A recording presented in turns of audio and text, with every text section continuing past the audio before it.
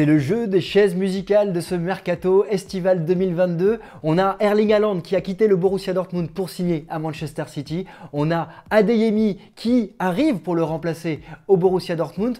Quid de Kylian Mbappé qui pourrait signer au Real Madrid, qui viendrait remplacer la star française? C'est la même chose du côté du Bayern Munich. On a Robert Lewandowski qui souhaite quitter le Bayern et qui souhaite uniquement signer au FC Barcelone. Bienvenue sur CM Football, c'est un grand plaisir de vous retrouver. Deuxième vidéo de la journée, vidéo mercato. On va évidemment vous donner mon avis en toute fin de vidéo sur est-ce que le Barça peut se permettre financièrement de se payer le transfert de Robert Lewandowski. On va regarder les arguments pour avec ce mariage possible. On va regarder les arguments contre également et on va tout de suite commencer par les infos. Les infos, ce sont les infos de la presse allemande, espagnole, italienne qui sont tombées ces 24 dernières heures. Robert Lewandowski a décidé de claquer la porte des négociations avec le Bayern Munich.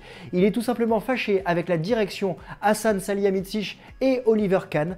Il ne se sent pas considéré à sa juste valeur. Il demandait une prolongation de 2 ans et visiblement tout s'est arrêté avec son agent Pini Tsaivi. Alors, que va-t-il se passer maintenant pour l'international polonais? Il semblerait qu'en tête, il n'ait qu'une seule et unique destination, c'est celle du FC Barcelone.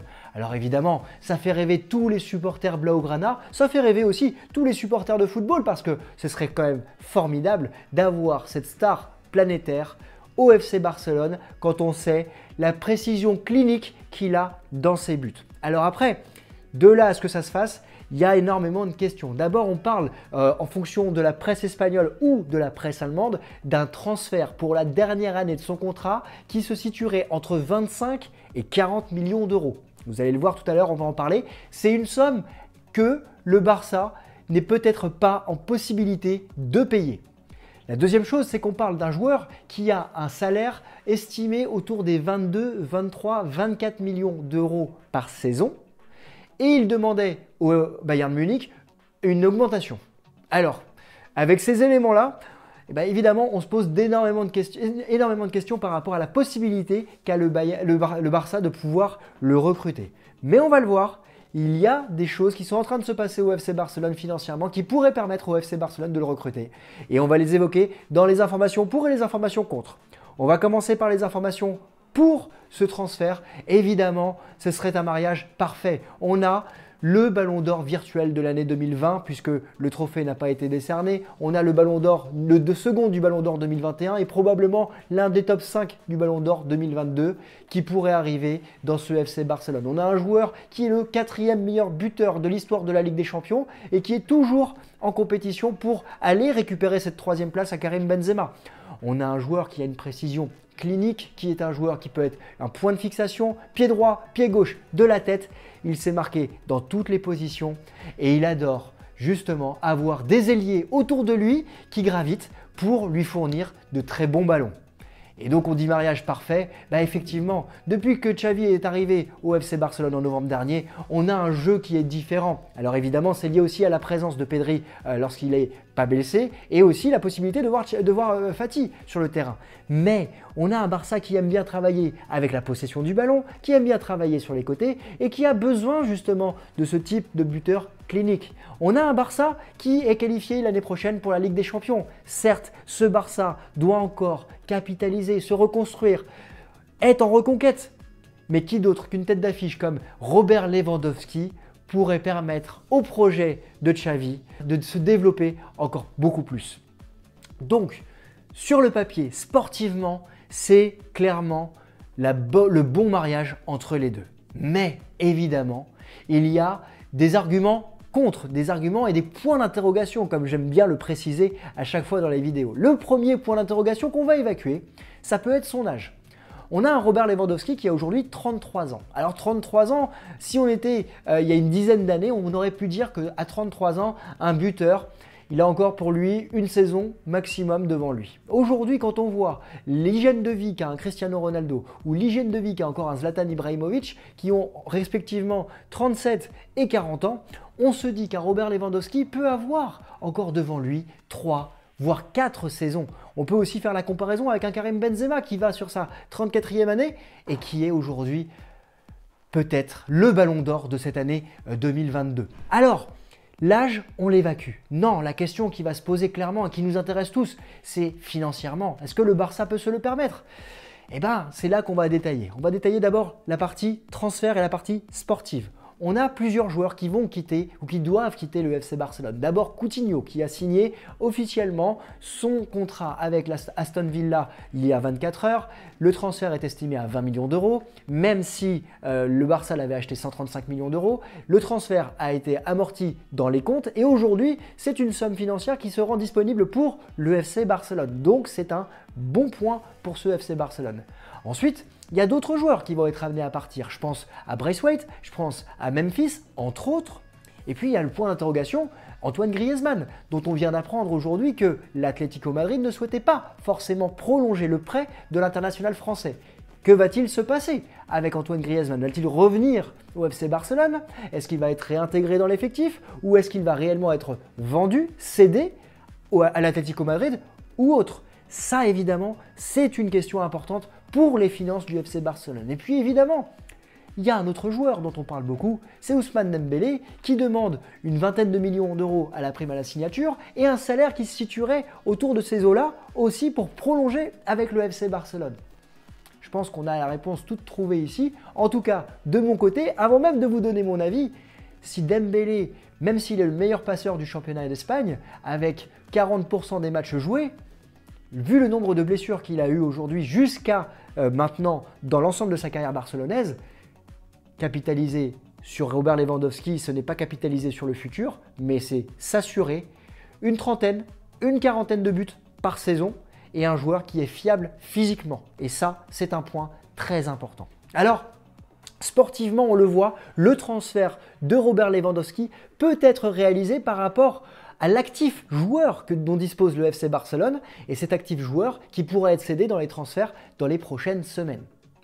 Maintenant, il y a un autre point. Il y a un autre point, c'est la partie économique. On a le FC Barcelone qui a vu le plus grand contrat de sponsoring arriver ces dernières semaines avec Spotify. On en avait parlé dans une vidéo en février dernier. Je vous invite à aller la voir parce qu'il y a énormément de détails qui sont dans cette vidéo. Ça, c'est un point important pour les finances du FC Barcelone. On a un contrat avec CVC Capital Partners qui est en train d'être négocié toujours pour que le Barça puisse récupérer une source financière supplémentaire. Ça pourrait permettre au FC Barcelone de pouvoir réaliser ce transfert et peut-être d'autres. Enfin, on parle de potentiellement un nouveau sponsor sur le maillot. Alors, on sait qu'à Barcelone, on n'est pas sur un panneau publicitaire sur ce maillot, mais on est quand même attaché au romantisme d'avoir le minimum de sponsors possible. Aujourd'hui, Spotify serait seul, mais quid d'un autre sponsor qui pourrait arriver sur la manche ou dans le dos pour financer un nouveau transfert? C'est une possibilité. Enfin, il reste le Barça Licensing Merchandising, le BLM, qui pourrait être vendu pour la somme de 200 millions d'euros en contrepartie de 49% des parts qui seraient cédées. Alors là, j'ai un peu plus de mal parce que je me dis que le Barça pourrait se mettre nu totalement par rapport à l'ensemble de ses actifs pour recruter de nouveaux joueurs. Et quand on connaît la stratégie financière qu'a eu le FC Barcelone ces 15 dernières années, il faut faire attention justement de ne pas se mettre trop à nu pour aller chercher des joueurs dès à présent. Alors, mon avis sur la question. Eh bien oui, sportivement, c'est clair, ça serait une évidence de voir Robert Lewandowski au FC Barcelone. Je pense qu'on pourrait s'amuser pendant 2-3 saisons, sachant que le FC Barcelone serait qualifié en Ligue des Champions. Sportivement, ce serait magique. Alors si on s'imagine en plus que du côté du Real Madrid, on puisse recruter Kylian Mbappé, on aurait deux têtes d'affiche pendant les 2-3 prochaines saisons qui pourraient se battre avec deux styles de jeu bien évidemment différents, mais énormément de buts qui pourraient raviver à un degré moindre la confrontation entre Cristiano Ronaldo et Lionel Messi. Après, attention parce que ce Barça, si on en croit la presse espagnole, si on en croit la presse internationale, est en train de céder énormément d'actifs. Alors si la part des actifs joueurs est importante à céder parce que évidemment il y a des joueurs qui ne font plus partie de l'effectif et qui doivent absolument partir, je pense notamment à Antoine Griezmann, il y a une grande question qui va se poser aussi autour d'Ousmane Dembélé. La question qu'on peut s'ouvrir c'est est-ce que le Barça doit se séparer de 4-5 joueurs pour un seul ? Le ratio, pour moi, il est fait par rapport au nombre de buts qu'est capable de marquer Robert Lewandowski, mais attention, attention de ne pas se retrouver en sous-effectif. Donc pour moi, c'est un oui, mais ne pas se mettre à nu du côté du FC Barcelone. Enfin, il reste une question. Et c'est pour ça que pour moi, ce dossier va durer très longtemps. Évidemment, je peux me tromper, mais pour que le Bayern puisse laisser partir Robert Lewandowski, il faut que le Bayern puisse trouver un successeur. On parle du Français Sébastien Haller qui joue à l'Ajax. On parle potentiellement de Darwin Núñez qui joue au Benfica. On pourrait aussi parler d'un attaquant qui joue en Bundesliga, qui est intransférable aujourd'hui, Christopher Nkunku. Ce n'est clairement pas le style de jeu du Bayern, parce qu'on a l'habitude de voir au Bayern des joueurs comme Luca Toni, Gomez ou encore bien évidemment Robert Lewandowski, qui sont des attaquants typiques recherchés par ce Bayern. Donc pour moi, Christopher Nkunku pourrait être une des solutions, mais est-ce que le Bayern va choisir ce type de joueur? C'est une autre question. En tout cas, il y a des chaises musicales, un jeu de chaises musicales qui va arriver. Pour moi, ce transfert pourrait mettre du temps à se réaliser. La question qui se pose, c'est est-ce que le Barça peut se le permettre financièrement? À mon sens, oui, mais attention. J'aimerais avoir votre avis sur le joueur, j'aimerais avoir votre avis sur ce transfert. Est-ce que vous pensez que le Barça peut le faire et à quel prix ils peuvent le faire? Dites-moi tout ça en commentaire. Nous, on se retrouve très bientôt pour une nouvelle vidéo sur l'actualité du football. Ciao!